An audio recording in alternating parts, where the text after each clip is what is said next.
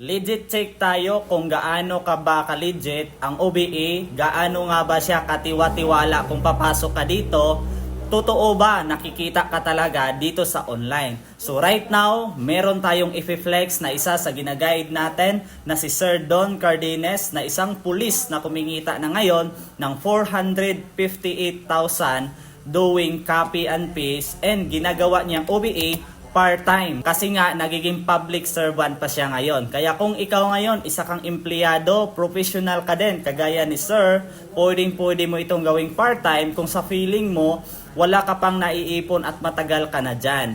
Well, ang OBA ay pwede para sa lahat kahit na wala kang trabaho, isa kang tambay, isa kang estudyante, or kahit nasa ibang bansa ka, pwede mo siyang magawa. Kasi ito, wala kang boss na susundin, wala kang quota na hahabulin. Pwede mo siya gawing part-time at least 2 to 3 hours sa isang araw. Eh nakadepende pa yan kung anong oras ka bakante. Kasi ako mismo, kahit hindi ko na-experience na magtrabaho, pero kumikita ako na kahit nasa bahay lang dahil ginagawa ko ang OBE or ang Online Business Academy. Dito pala ang kailangan lang ay cellphone, stable internet connection at account ID, and dapat 18 to 65 years old ka ngayon. Kaya kung interesado ka na malaman ito, comment ka ng how para mag-guide kita.